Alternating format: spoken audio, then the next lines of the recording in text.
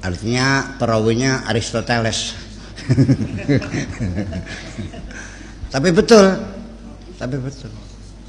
Memang betul. Dan itu kadang-kadang orang menduga dikiranya hadis Nabi, bukan, itu hadis Yunani itu. Itu pemikiran-pemikiran filosofis dari Yunani di 350 tahun sebelum Masehi itu sudah muncul. Barang siapa yang mengenal dirinya berarti dia mengenal Allah. Ya ternyata mengenal diri juga tidak mudah. Umur sudah 40 tahun masih mainan pincian aja. Ya kan ternyata. Dan masih banyak sekali macam itu. Oke, saya kira macam itu.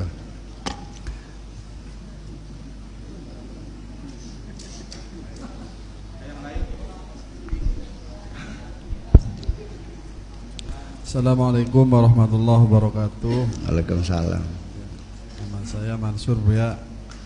Tadi di antara penjelasan yaitu nama Mansur dari Tegal Gubuk. Iya. Tadi di antara yang Buya jelaskan yaitu bahwasanya kita dituntut untuk ikhlas dan khusyuk, Buya. Saya mau ikhlas dan khusyuk. Ikhlas. Iya. Saya mau menanyakan konsep untuk kita bisa khusyuk itu bagaimana, Bu ya? Terus kita tidak bicara khusyuk ini. Ikhlas. Iya. Konsep untuk kita biar supaya bisa ikhlas dan di saat kita manakala kita di saat kita sedang berzikir itu yang memotivasi untuk kita khusyuk itu sebagian besarnya yaitu berimajinasi dengan apa yang kita ucapkan, Bu ya. Lah, seperti halnya di saat kita mengucapkan alhamdulillah, hati kita mengimajinasikan sedang memuji Allah, takbir mengagung-agungkan Allah. Tapi untuk tasbih subhanallah itu kita masih kebingungan, Bu ya. Kebingungan apa yang harus kita imajinasikan di saat kita mengucapkan kalimat tasbih, Bu ya.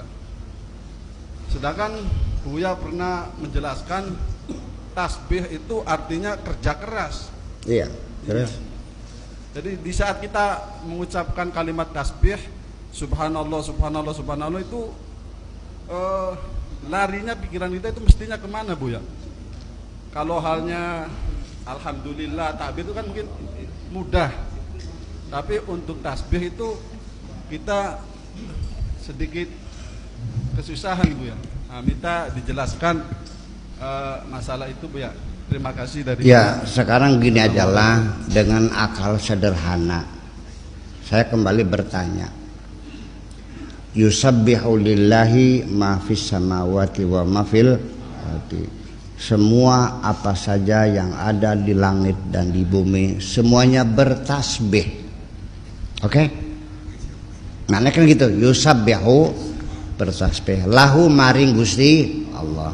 Ma segala sesuatu fis samawati yang ada di langit wa ma fil ardi dan apa yang ada di semuanya bertasbih kepada.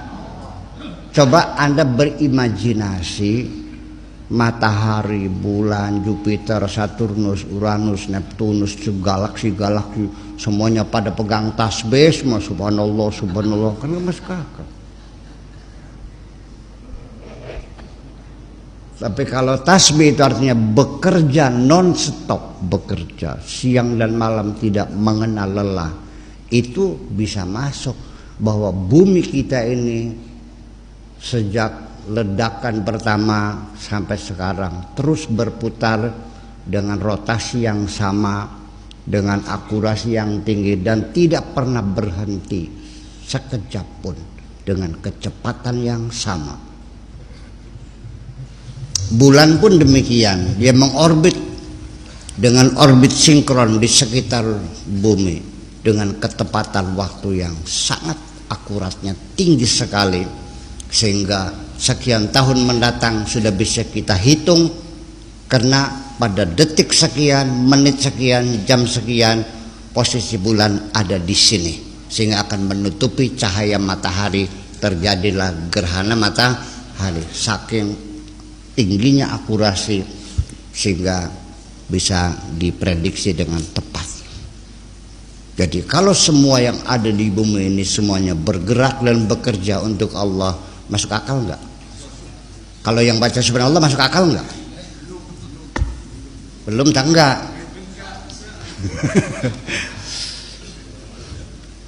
Jadi subhanallah itu artinya kita tidak pernah berhenti. Memangnya ada di bumi yang berhenti? Kalau matahari berhenti berputar, apa yang terjadi? Nggak akan ada besok, dan tidak akan ada kemarin. Betul nggak? Nah, belahan bumi yang tidak kena matahari akan membeku jadi es, mati semuanya. Dan yang menghadap matahari 6 bulan kering kerontang semuanya mati. Yang menghadap terbakar semuanya, yang membelakangi menjadi es semuanya. Terbayang nggak begitu?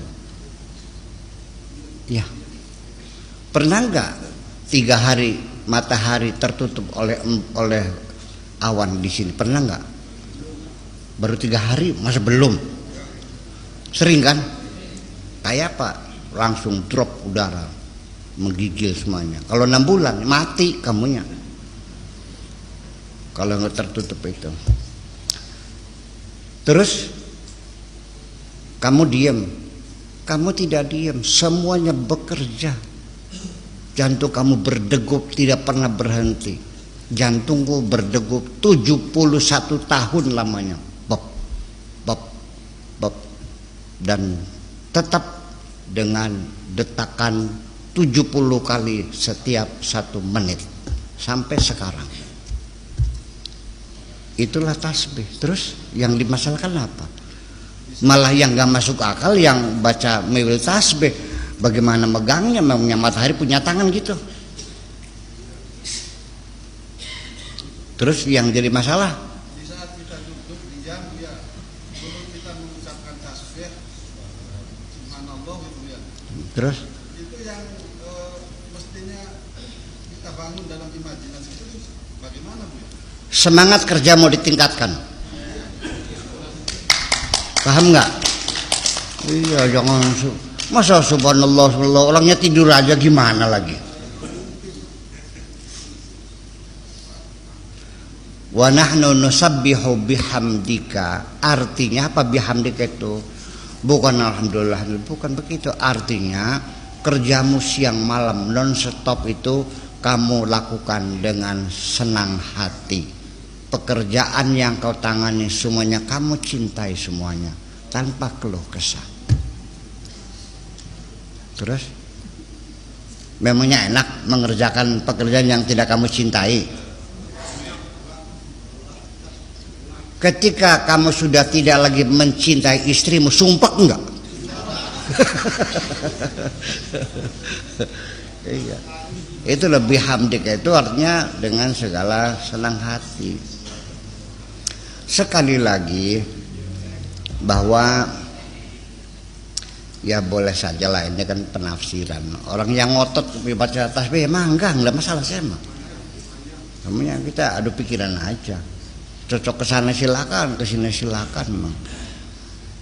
Cuma kalau saya ingin menerangkan sekali lagi bahwa ketika pertolongan Allah datang, idza jaa nasrullah, oke, wal fatahu, dan kota Mekah ditaklukkan, oke, wa ra'aitana sayadkhuluna fi dinillahi afwaja, dan kamu lihat orang pada masuk agama Islam berbondong-bondong. Orang Makkah pada masuk Islam semuanya. Terus apa perintah Allah? Fasabbih bihamdika, disuruh nyari tasbih, terus suruh baca subhanallah. Nggak masuk akal.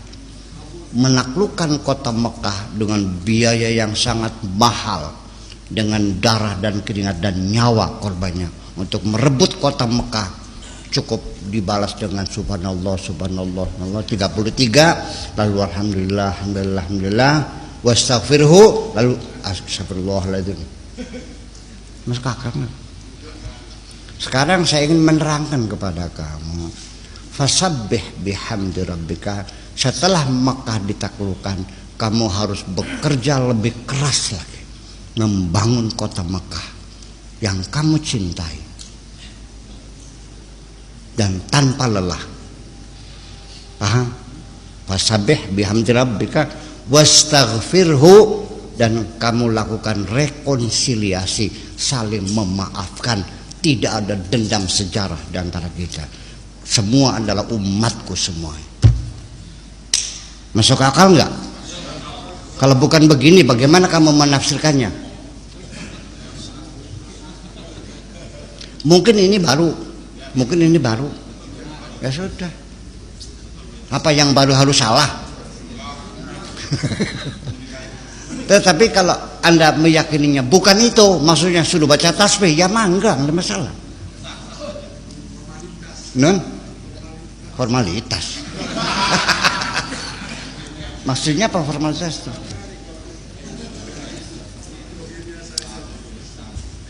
Begini, kita baca subhanallah subhanallah, itu namanya self suggestion.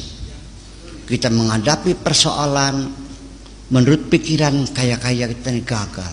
Katakan dalam dirimu, aku mampu, aku bisa, aku perkasa, semuanya selesai. Gitu dong, aku bisa, aku bisa.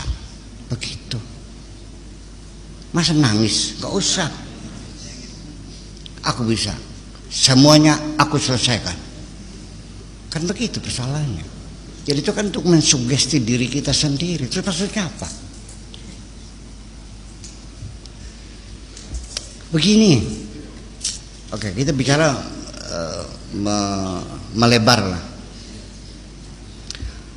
Apa maksudnya setiap habis sholat, setiap habis acara apa saja, itu selalu Allahumma gfirli wali walidayya wali jamil muslimina wal muslimat wal mu'minina wal mu'minat dan sebagainya. Memintakan ampun kepada mereka, semoga mereka dikasihi oleh Allah, semoga mereka. Maksudnya apa? Betul kamu saling mendoakan? Kok bisa bertempur perang saudara saling bunuh membunuh? Omong kosong semuanya itu. Berarti apa yang kita ucapkan itu diri kita belum tersugesti oleh ucapan kita sendiri. Betul nggak?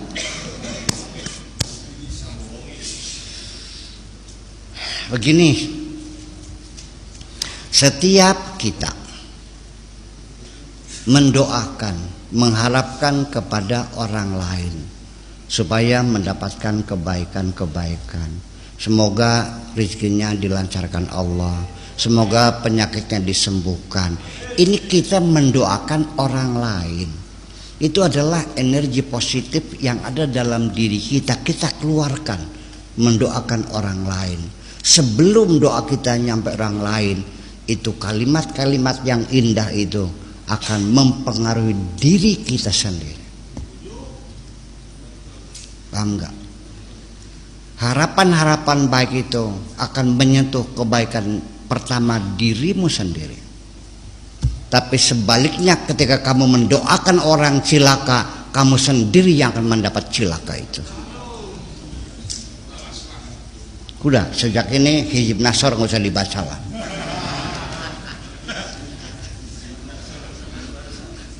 Iya dong. Tapi maksa silahkan itu. Iya, maksudnya saya tidak melarang, menganjurkan maksud saya gitu. Jangan mendoakan orang buruk dong. Setiap kamu mendoakan buruk orang lain, itu akan memantul keburukannya kepada dirimu sendiri.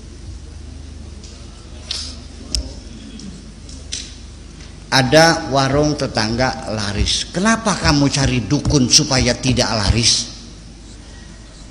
Itu kan jahat. Namanya apa itu? Dolim. Kasud.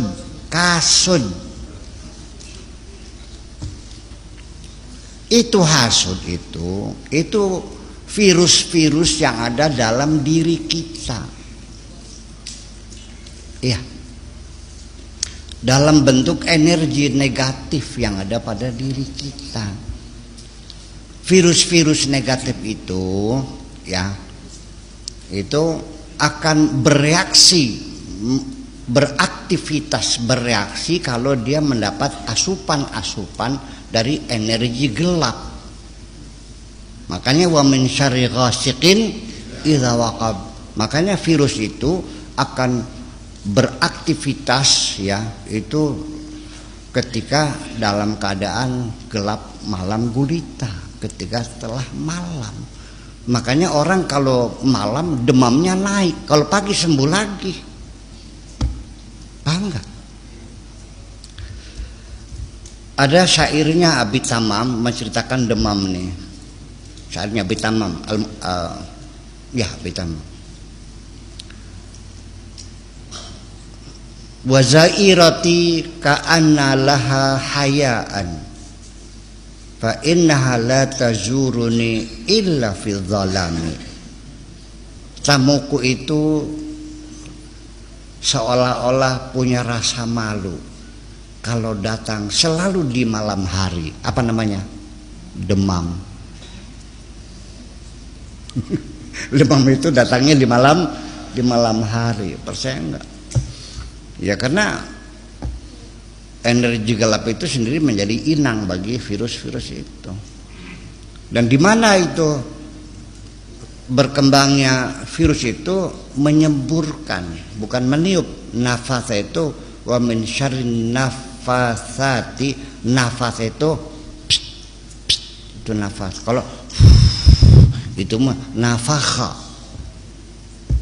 Jadi virus itu menyemburkan racunnya. Di mana? Fil uqadi, pada persendian-persendian ini. Pada ngilu, badannya, betul nggak? Pada ngilu. Ya, wa min syarri hasidin idza hasada. Hasidin itu orang yang hasud. Orang itu, semua orang ada rasa hasudnya ada, tapi kan tertidur.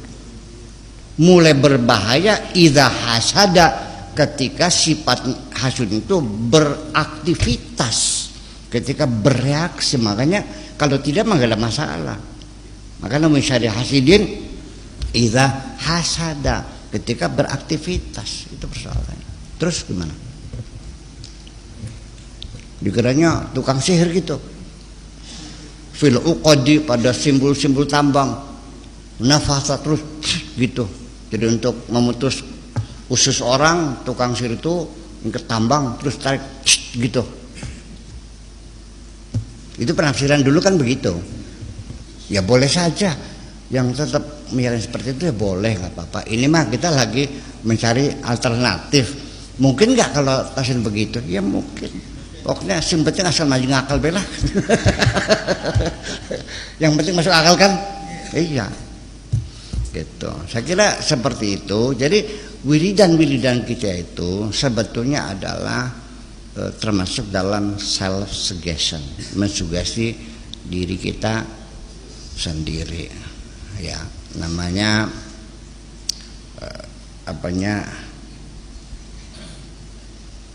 menghipnotis lah begitu kalau misalnya, ya.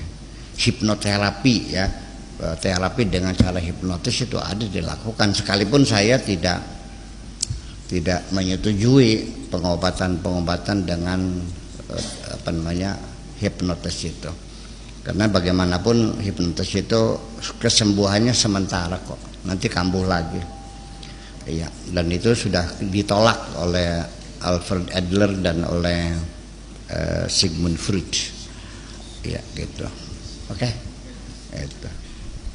Ya. Ini Bu ya, ada pertanyaan dari YouTuber dari Malaysia.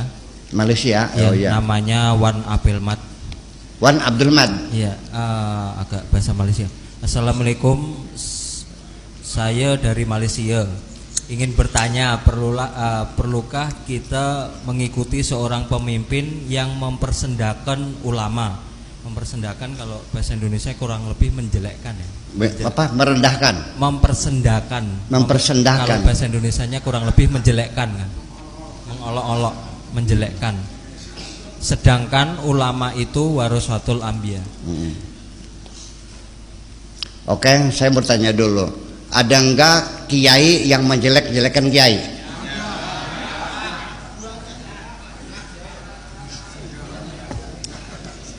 Yang memusuhi kiai siapa? Jadi sikap itu ya bukan sikap ideologi, itu mah sikap temperamen seseorang. Tidak menjadi tolak ukur, ya kan gitu. Apa yang diucapkan. Mari kita mencari bukti perbuatanmu, bukan perkataanmu. Ya, boleh saja orang itu menjelang kiai, tapi dia sikapnya mendukung, bisa. Ya, itu hanya taktik saja, bisa aja. Betul nggak? Itu kesalahan.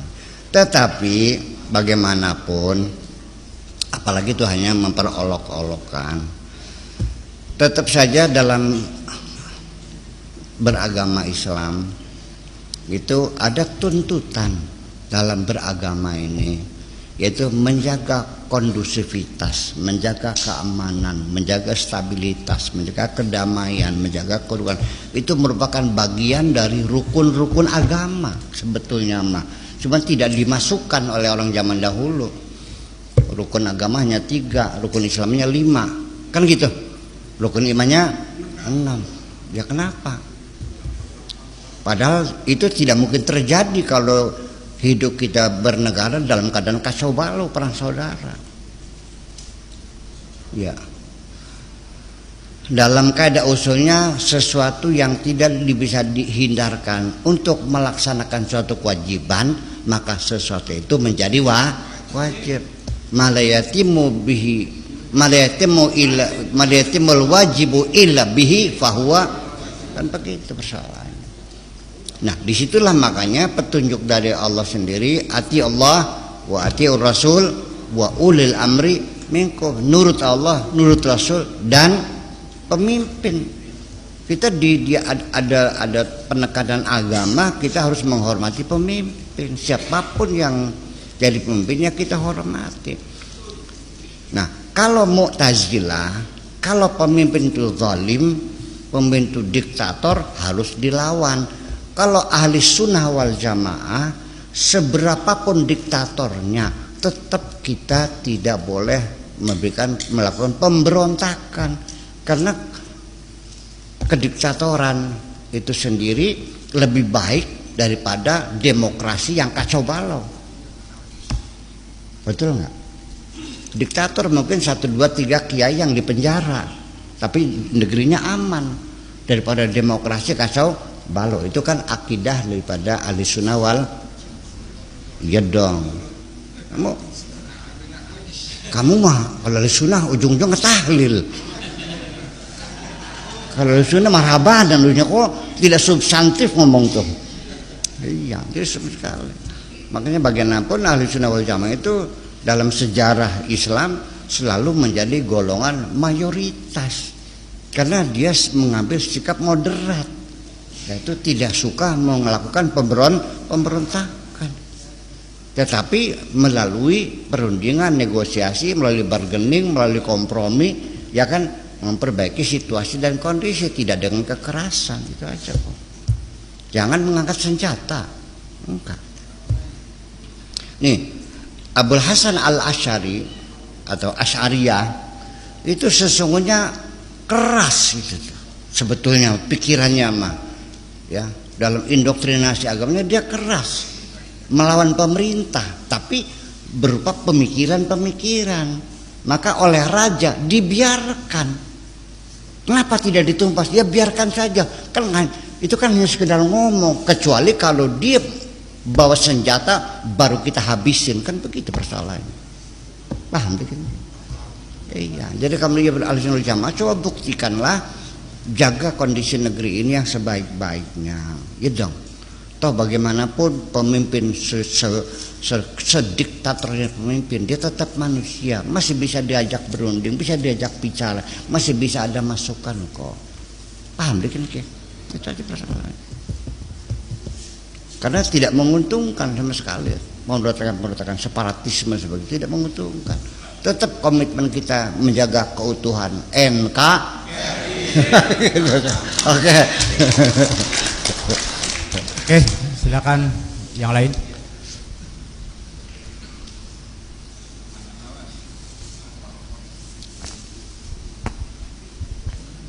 Assalamualaikum, saya Yayat dari Kuningan, Bu ya. Ada nama Yayat dari Kuningan, Kabupaten Kuningan, Cigugur, Palutungan, dekat Gua Maria. Rumah saya nempel dengan Gua Maria Cigugur.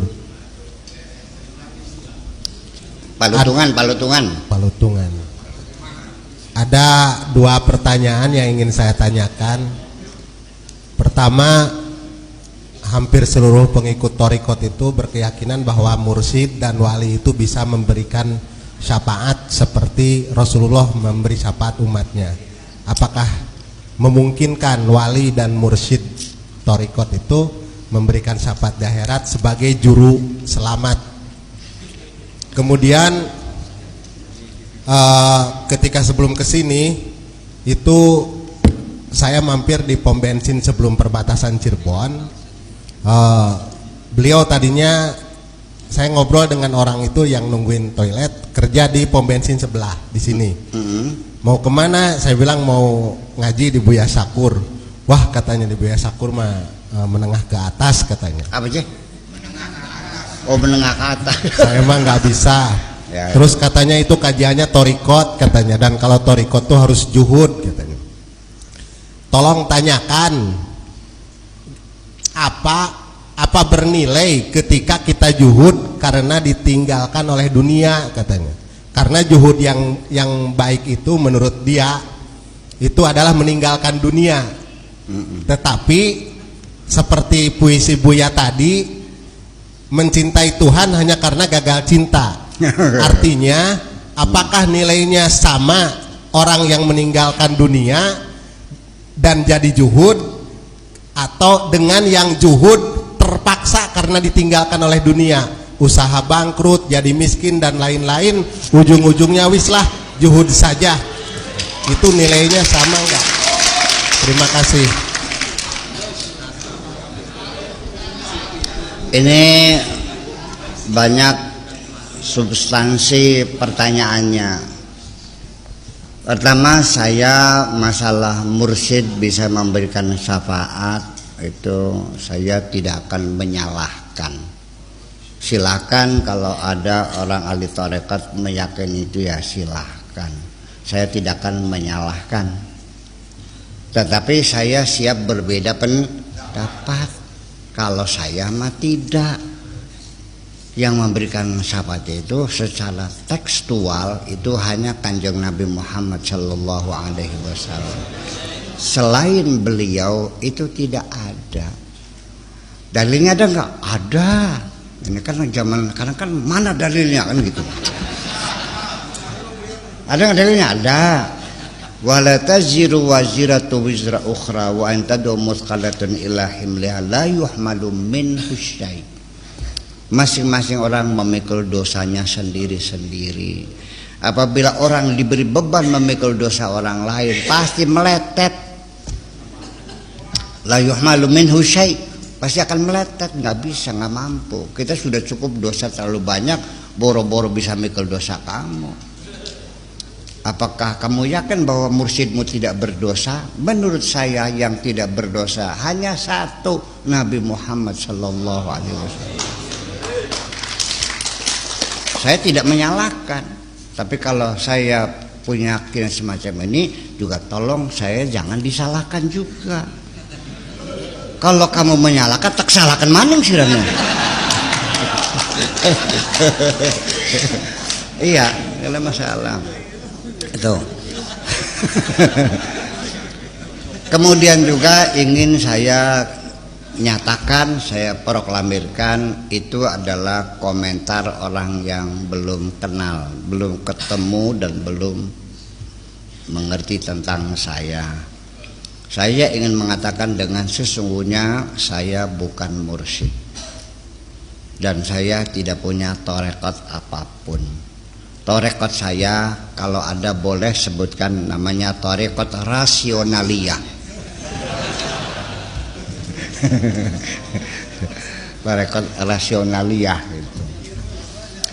Nah, kemudian kalau Anda ikut saya silakan, saya gak pernah ngajak kok. Iya, nanti kalau sudah sampai di tengah lautan bersama saya pun jangan pernah bertanya mana tepinya. Silakan cari sendiri, aku tidak bertanggung jawab.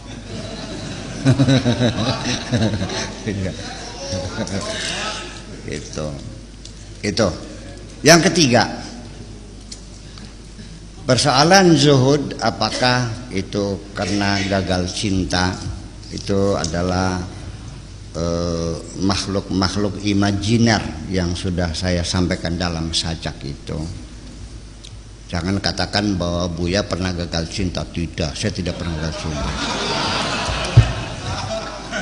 Saya dulu punya wajah yang lucu banget sehingga banyak perempuan yang tergila-gila. Iya, saking gantengnya. Jadi saya itu adalah makhluk imajiner. Seorang sastrawan itu adalah punya punya cadangan makhluk-makhluk imajiner. Ya seperti itulah kira-kira. Jadi persoalan apakah orang itu bertobat secara dari keterpaksaan atau dengan sukarela, saya tidak mempermasalahkan 1001 jalan menuju Roma. Apakah terpaksa karena penyakit, ya kan, karena penyakit sepilis lalu dia bertobat, apa karena sudah tua nggak laku-laku, ya di sana manyu, nggak ada yang datang kan gitu. Dulu mah masih muda, ngantri dulu mah. Sekarang manyuna. Ada juga anak SD 2.000 bayarnya lagi. Ya kan? Karena sudah nggak laku dia pulang dan bertobat, nggak ada masalah. Iya kan? Atau karena dikawin oleh orang Amerika kaya raya, akhirnya dia juga selesai. Kembali kepada jalan hidup yang benar. Iya kan? Atau karena mendengarkan pengajian Buya Syakur. Nah, itulah.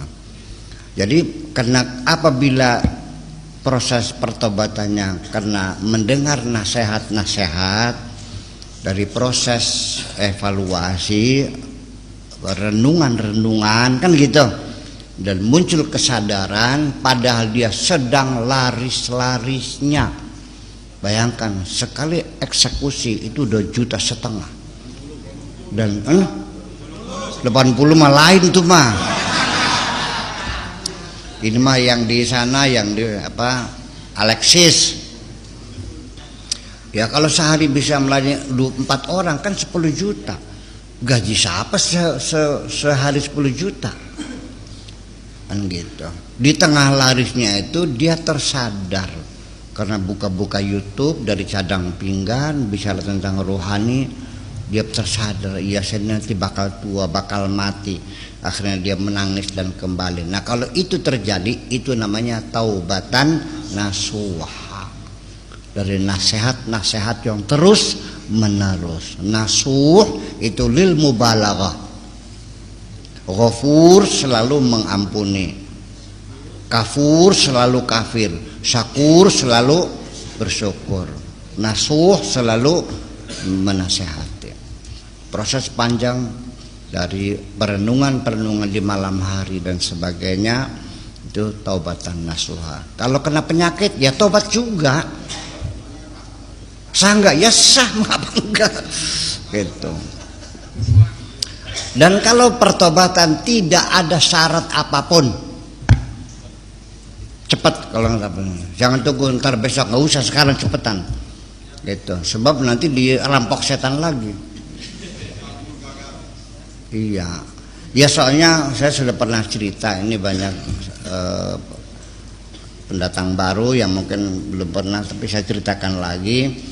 Pada seorang pelacur, ya artinya 4 tahun lah dia melacur, udah bisa beli rumah, bisa beli tanah, bisa beli mobil. Memang niatan dia hanya untuk menyambung kehidupan, sudah punya tanah, punya mobil kan sudah selesai, sudah bisa pulang lagi kan untuk hidup sehari-hari. Akhirnya dia pengen bertobat, kembali kepada jalan yang benar, karena sudah punya sawah 4 hektar, punya rumah, punya mobil, sederhana lah. Datang ke kiai, minta dibimbing tobat. Kata kiainya, kamunya dosa apa minta tobat? Tuh, saya lembuk Jakarta. Terus kiainya ditanya, apa yang kau peroleh selama melacur 4 tahun di Jakarta itu? Dia bilang, punya sawah 4 hektar, punya rumah, punya mobil, saya ingin kembali ke jalan yang benar. Kata kiainya, mana mungkin tobat bisa diterima kalau kamu masih makan hasil melacur. Itu kan uang haram. Bagaimana mungkin orang bertobat makanannya tetap uang haram itu? Jadi gimana? Ya buang semuanya, kembali kepada yang benar. Mari saya tuntun tobatnya. Mikir loh, wah melarat maning makanan mah. Ya kalau besok kau miskin lagi. Jadi gimana? Ya berarti nggak jadi tobatnya. Itu kan semacam itu. Jadi ya tolong ini para ustadz, para kiai ini kalau ada terlembuk bertobat, segera yuk mandi, ayo kita sholat taubat namanya, sholat taubat. Ya. Kalau siang ya boleh 4 rakaat langsung. Tapi kalau malam sholat sunnah itu kalau mazhab Syafi'i ya 2 rakaat salam, 2 rakaat salam. Jadi sholat taubat juga sama, 2 rakaat salam, 2 salam. Kalau mazhab lain boleh sholat sunnah di malam hari juga langsung 4 rakaat. Tarawih 4, 3 boleh. Kalau kita ya 2 salam, 2 salam, 2 salam, salam. Jadi tidak ada persyaratan apapun setelah bertobat. Nah setelah bertobat nanti saya yakin kalau tobatnya itu betul, secara otomatis ya itu langsung oleh Allah sendiri reprogramming itu terjadi, diinstal ulang oleh Allah, sehingga nanti yang terjadi adalah peningkatan kualitas hidup. Itu aja kepercayaan. Jadi ya bukan dibawa, ya itu kita nggak usah ikut masuk urusan itu tuh mas, sudah bertobat selesai. Nanti juga dia dermawan kok. Sebab orang bertobat itu, nah setelah bertobat lalu kita lihat ada perubahan enggak setelah bertobat. Kalau enggak ada ya bohong namanya. Tadinya medit, bertobat anggar medit, bohong. Ya mending sabel. Nah itu. Jadi zuhud pun sama, apakah dia dari kesadaran sendiri karena baca-baca buku-buku motivasi, ikut ceramah ke sana kemari, akhirnya sehingga dia sadar memang ternyata betul juga sih hidup ini tidak bisa sendirian, kita tidak mungkin kaya sendirian, sehat sendirian, aman sendirian, ya tetap harus bersama-sama, nggak mungkin bahagia sendirian. Sehingga akhirnya yang tadinya dia orang yang sangat ambisius, sangat kikir, akhirnya karena kezuhudannya itu tidak dunianya dibuang, tidak. Ya, kezuhudan orang yang kaya itu adalah dibuktikan dengan hartanya adalah bermanfaat untuk dirinya, untuk keluarganya, untuk saudaranya, untuk masyarakatnya. Zuhud itu bukan miskin, zuhud itu menghilangkan hubbud dunya. Paham nggak? Jadi itulah makanya saya ingin sebetulnya lama dulu sejak saya masih di Jakarta, kita dulu udah ada kesepakatan kerjasama dengan Nur Khalis Majid. Saya akan fokus yaitu membongkar kembali simbol-simbol agama, terma-terma itu yang sementara ini diucapkan orang secara stereotip, asal ngomong tapi nggak tahu maknanya. Tiap hari ya takwa, ya zuhud, ya sabar, macam-macam, tapi nggak ada yang paham semuanya. Hanya mengulang-ulang sakinah, mawaddah, warahmah masuk kantong semua tiga-tiganya. Ya kan nggak pasti sih. Nah, itu. Ya, tapi akhirnya kita tidak tercapai. Akhirnya ya kita pisah, kita pulang ke kampung, ke Cadang Pinggan, ke Kertasemaya. Nah, tapi itu pemikiran semacam itu yang sekarang kita gelar adalah ide-ide yang dulu semacam itu adalah mencoba mengurai kembali terma-terma agama itu, bahwa zuhud itu bukan marat. Nabi Sulaiman zuhud enggak? Yang jadi orang yang paling terkaya di dunia orang zuhud bukan? Siapa bilang zuhud itu miskin? Enggak ada hubungannya. Itu urusan hati. Bahwa orang yang hatinya mencintai dunia itu berarti dia tidak berzuhud. Kalau orang yang hatinya sudah tidak lagi mencintai dunia, itu namanya zuhud. Orang zuhud bisa kaya enggak? Bisa miskin enggak? Orang yang cinta dunia bisa miskin enggak?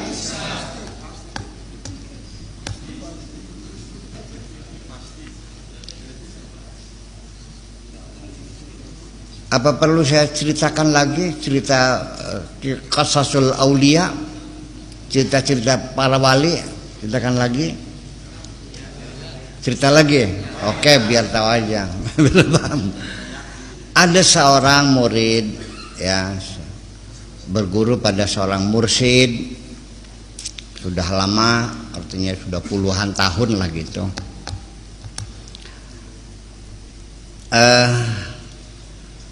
Lalu artinya dia itu berguru pada seorang mursyid yang miskin. Artinya rumahnya gubuk di pinggir pantai, sehari-hari usahanya hanya menjala. Dan dia zuhud dalam artian dapat ikan berapa saja, yang dimakan secukupnya, yang lain dibagikan. Dapat 5, yang dimakan 1, yang 4 dibagikan setiap hari. Nah, si santri ini kepengen belajar yang lebih tinggi lagi, cari mursyid yang lebih tinggi lagi, seizin mursyid. Dan itulah makanya saya potong dulu cerita ini. Kalau seorang mursyid yang benar, ketika ada santri ingin pindah ke mursyid yang lain, akan didorong, mangga niku saya, niku alim, niku apalagi saleh, disanjungnya. Tetapi ketika orang itu bukan mursyid, akan mengatakan begini, kamu dari mondok saya mau mondoknya Kiai Sakur, ya TK lagi tuh mah. Itu ada. Sudah SMA mondok Kiai Sakur, ya TK lagi tuh mah. Bisa apa sih? Bisa apa sih Kiai Sakur tuh? Itu kan realitas sehari-hari. Dan saya tidak marah, ya udah biarin aja. Emangnya gue pikirin. Itu dia mursyid benar. Ya kan gitu, mangga silakan. Malah direkomendasikan ada mursyid yang lebih tinggi dari saya, namanya Syekh Abdullah. Di sana. Adanya di sana di Lebanon, di sana di Syam. Nyari Abdullah masuk kampung luar kampung, mubes sampai lorong-lorong semuanya, enggak ada namanya Syekh Abdullah mursyid tuh. Ada cerita dulu tukang kayu, tapi sudah nggak tahu pindah kemana. Nanya kemana. Hanya satu-satunya namanya Abdullah itu adalah orang yang terkaya di daerah situ tuh. Rumahnya kayak istana, kan gitu. Nggak masuk akal. Mana mursyid zuhud rumahnya kayak istana begitu. Tapi karena jangan sampai pulang hampa penasaran, coba aja barangkali iya kan gitu. Ditunggu. Otaknya sudah nggak masuk akal, masa waliullah rumahnya istana seperti itu. Tiba-tiba setelah sore datang naik kuda kencana, keretanya berlapis emas. Tambah melotot lagi, mana mungkin, tapi penasaran nanya. Nah betul setelah dia datang belum ngomong apa-apa, si mursyid tadi mengatakan, kamu dari Irak? Iya. Ayo masuk sini. Di dalamnya pembantu-pembantunya cewek-cewek cantik-cantik. Ini wali apa nih, wali dalban gitu. Lalu akhirnya saya kesini pengen belajar, minta bimbingan, minta irsyad wal wa'ad. Kata Syekh Abdullah, nggak bisa, saya sibuk karena raja lagi banyak urusan sehingga saya diperlukan untuk negara yang lebih luas lagi, ngurusin santri satu persatu mah ya kehabisan waktu, saya lagi ngurusin yang lebih penting lagi itu. Jadi ya pulang lagi aja lah. Lalu akhirnya, tapi tolong nanti pulang aja, dia masih bisa bimbing kamu lebih jauh lagi, dia juga hebat. Tapi tolong sampaikan, ini otak jangan mikiri dunia saja. Paham? Begitu pulang, kata mursyid yang ada di Irak itu nanya, apa? Nah pulang lagi, nggak bisa kan? Jadi gimana ya, mau mondok lagi sini? Ada pesan apa buat saya? Nggak ada, bohong. Bilang apa? Enggak bilang apa, jujur aja. Akhirnya dikatakan, dia pesan, otakmu katanya jangan mikiri dunia saja. Akhirnya dia pun menangis bertobat pada Allah. Ternyata dalam kehidupan yang miskin masih mikiri dunia juga. Setiap akan melemparkan jala barangkali aja dapat emas.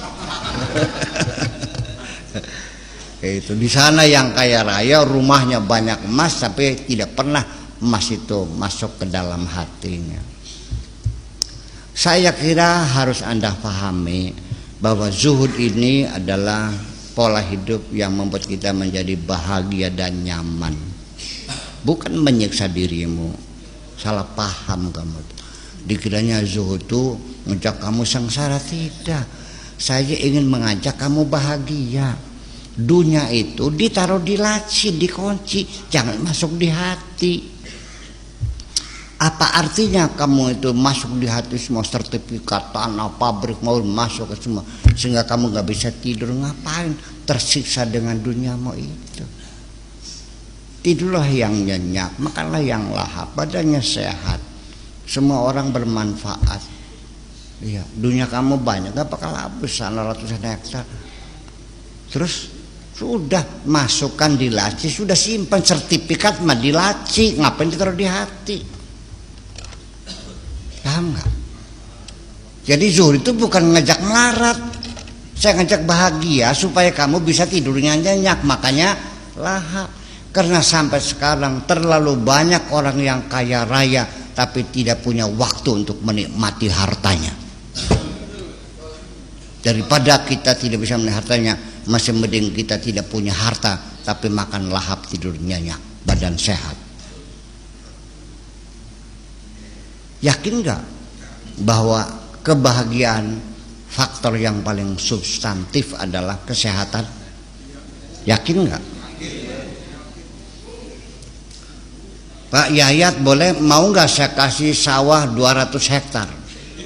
Mau nggak? Tapi itu cuci darah tiap hari.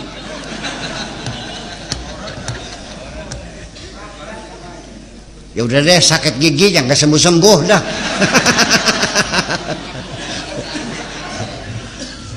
Ternyata kebahagiaan itu ketika badan kita sehat, makan apa saja enak. Kesehatan rohani, kesehatan jasmani. Jasmaninya sehat, rohaninya sehat. Kalau jasmani penyakitnya pilek, flu, kanker, tumor, ya kan diare. Kalau rohani hasud, dengki, syirik, musyrik, ya kan gitu. Rohani dan jasmani kita sehat, tidurnya nyenyak, makannya lahap, badannya sehat, rezekinya lancar, istrinya sayang, anak-anaknya lucu-lucu, temannya banyak. Terus apa lagi? kurang.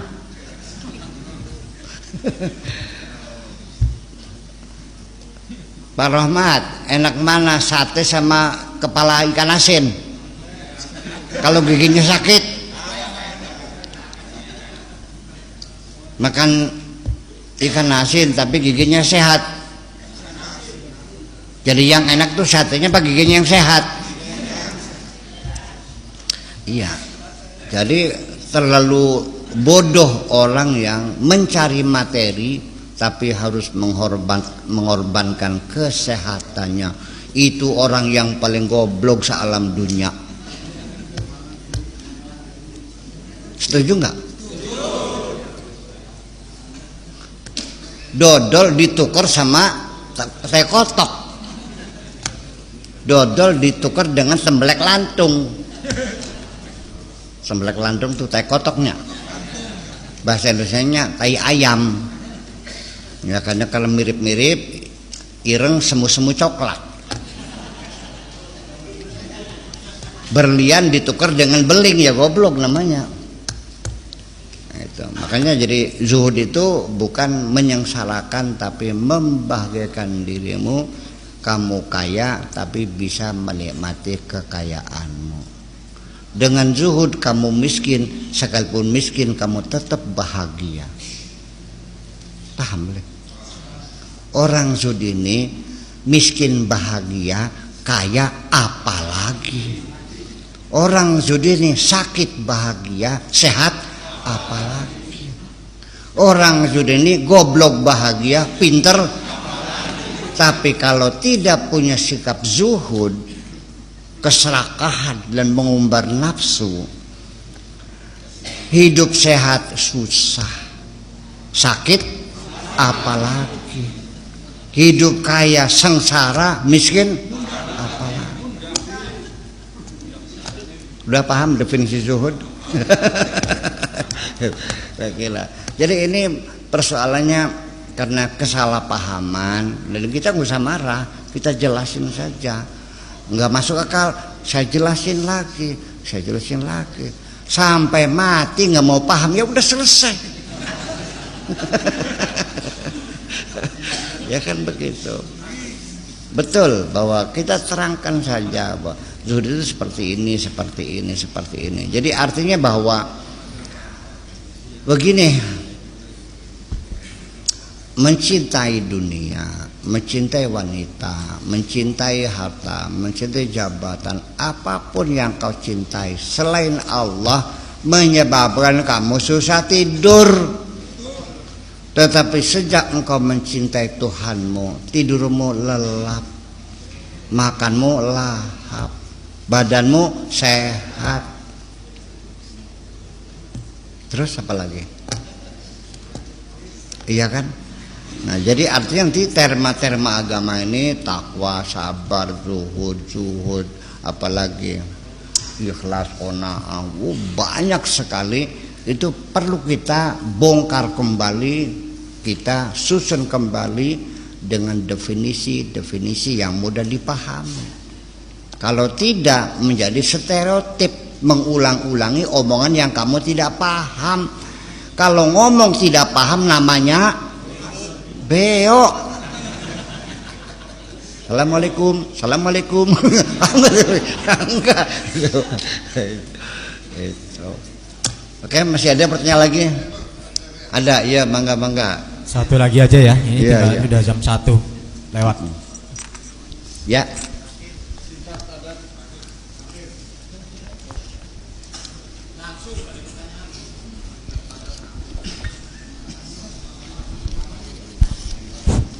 Bismillahirrahmanirrahim. Assalamualaikum warahmatullahi wabarakatuh. Waalaikumsalam. Nama saya Sukardi, Buya, dari Cengkok.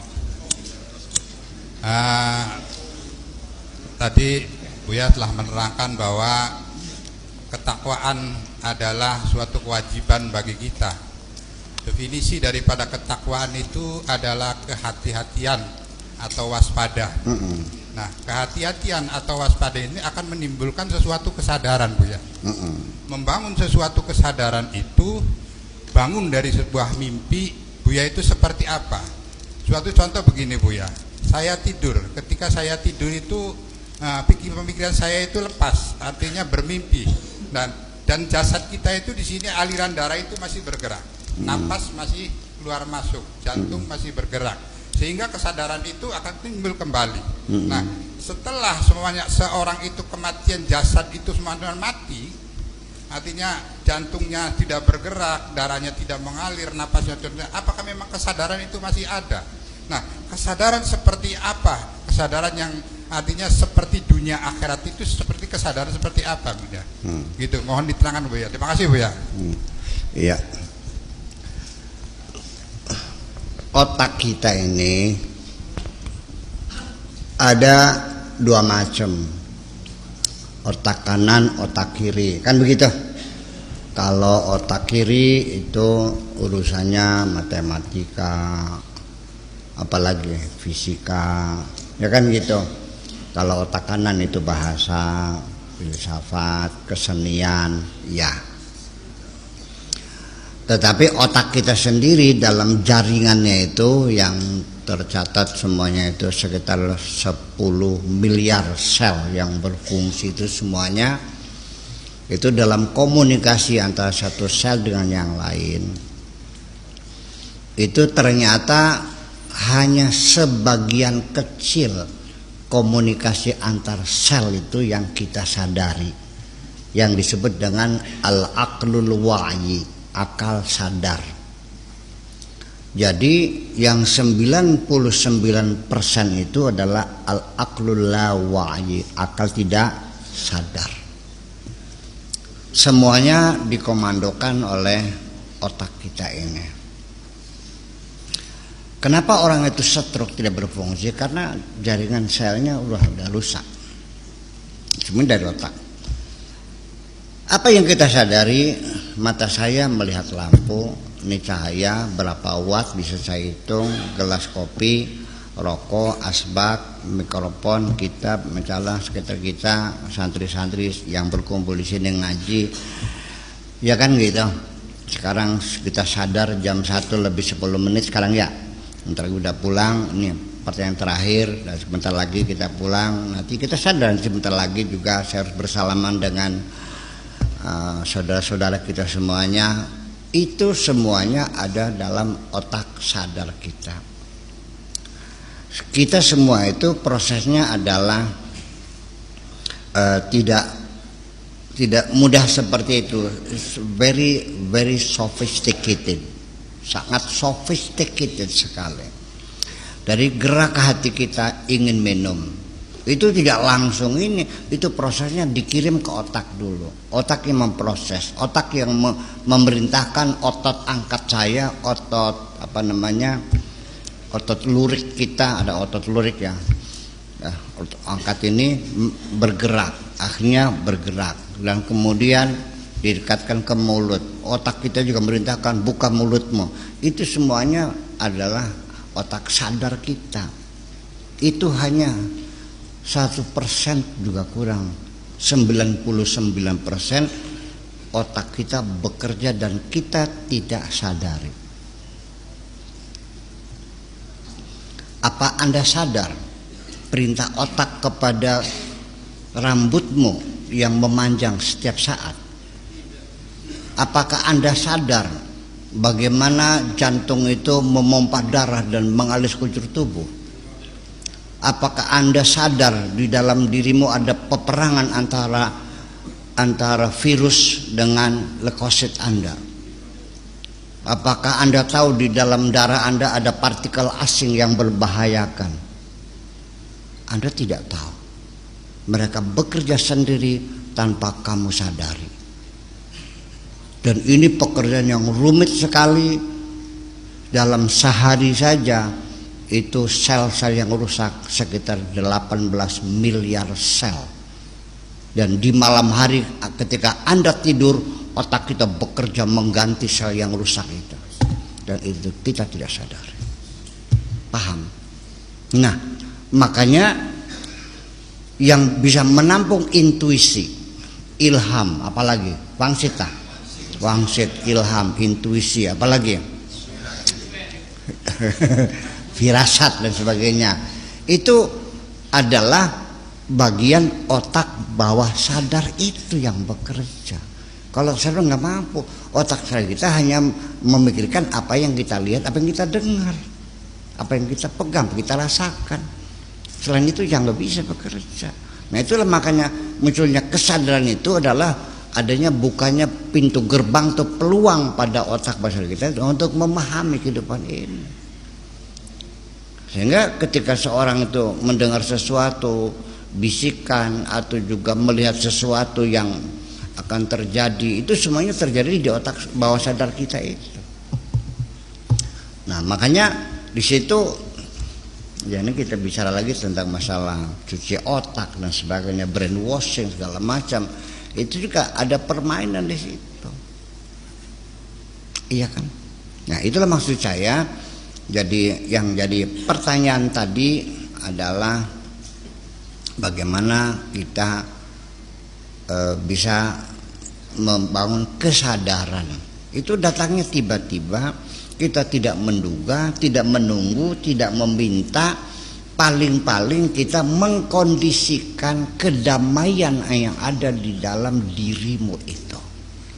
Ketika engkau masih sibuk mencari materi, ketika masih ada kemarahan di hatimu, ada kekecewaan, ada penolakan terhadap segala keputusan Allah, percayalah ketika hatimu dalam keadaan gelap gulita, tidak mungkin ada cahaya yang masuk ke dalam dirimu itu. Kamarmu itu hatimu gombal, sendal bodol, ember bodol, sertifikat, BPKB, apalagi ya cewek, mobil, duit, rungsep, kamar itu padat dengan barang-barang yang enggak jelas. Nah ketika kamar di dalam hatimu itu dalam keadaan padat sesak dengan barang-barang, bagaimana mungkin saya memasukkan cahaya dan akan membuat terang dalam ruangan itu? Paham? Jadi kalau Anda ingin cerdas, ingin mendapat intuisi itu, buang semuanya itu, kosongkan semuanya itu. Percaya enggak? Yaitu termasuk dosa-dosa yang kamu lakukan itu tembelek-tembelek semua itu. Iya, yang bau busuk semuanya itu bersihkan semuanya, kosongkan semuanya. Kalau sudah kosong, blong, tidak ada apapun, makanya buang semua Tuhan-Tuhan yang ada di dalam hatimu itu. La ilaha, tidak ada Tuhan apapun. Setelah kosong semuanya, baru yang masuk satu, illallah. Paham? Nah itulah persoalannya. Anda bisa buktikan aja dulu. Coba stop dari maksiat-maksiat yang menjadi kebiasaanmu itu. Iya kan? Nih mulut tukang raya orang, diam, diam. Belajar minimal, kamu akan tergoda. Sudah belajar kepengen tidak menjelek-jelekan orang, tidak menyalahkan orang, tapi kadang-kadang teman datang kita terlupa. Artinya kan ngerasain orang juga mengobatinya. Kalau sadar sudah tinggal pergi. Mau kemana? Mules gitu aja. Iya, seperti itu. Jadi nggak mungkin orang yang otaknya kotor itu. Jadi para ilmuwan pun itu pada saat-saat dalam keadaan renungan yang dalam. Ya, bukan dalam keadaan kesibukan. Nah, itulah makanya kadang-kadang kita juga saya sering mendapat intuisi untuk membuat sajak-sajak yang bagus. Itu tidak ada kepastian. Kadang-kadang sedang berak juga muncul kok. Ya cepet cepok kagian. Nanti keburu lupa lagi. Kan begitu. Tapi itu pikiran-pikiran yang berlian ini itu kan muncul di mana saja, dalam mimpi, bangun tidur, akan tidur, lagi berak, lagi makan, pokoknya gimana. Sebab kejernihan kita itu tidak mesti di dalam masjid. Belum tentu orang dalam masjid pikirannya bening kok. Betul nggak? Buktinya lagi sholat mikirin istrinya tetangga aja. Terjadi nggak? Terjadi. Itu makanya. Jadi itulah makanya Nah, bagaimana cara untuk menjernihkan hati dan pikiran kita? Para ulama solehin, para aulia, semua itu i'tizal, namanya uzlah, menyendiri, cari tempat yang sepi. Nabi Muhammad merenungnya di gua Hira, Nabi Musa di gunung Tur Sina, Nabi Ibrahim di padang pasir, Nabi Khidir di lautan, Siddhartha Gautama di hutan. Nah, saya ini di hutan. Jadi Siddhartha Gautama dong. Iya, cari gua nggak ada di sini nih, ya kan? Nah, itu. Nah, saya kira nanti Pak Yayat boleh kapan-kapan ikut ke laut, ke Tegalagung malam Sabtu, ikut istiqosah sana, kan gitu. Sambil menyalurkan hobi kita mancing barangkali, kan gitu. Boleh nggak mancing? Boleh. Saya juga sering dapat ilham sambil mancing kok. Iya. Ketika kitab di hadapan muka, nggak kebuka otaknya, sedang mancing kebuka semua. Itu, kan? Ya itulah persoalannya. Jadi ya coba kita kembalikan. Bisa nggak Anda membuka otak bawah sadar Anda? Bisa. Persyaratannya itu. Minimal kalau menghilangkan dosa ya mungkin sulit, cobalah dikurangi sedikit demi sedikit. Imam Syafi'i sudah bilang, bukan Imam Syafi'i, gurunya Imam Waqi', guru Imam Syafi'i itu, fa innal ilma nurun min ilahi wa nurullahi la yu'ta li'asi. Tidak akan masuk ke dalam orang yang otaknya banyak kemaksiatan itu. Itu aja kok. Wis paham? Oke, assalamualaikum. Aduh. Yuk.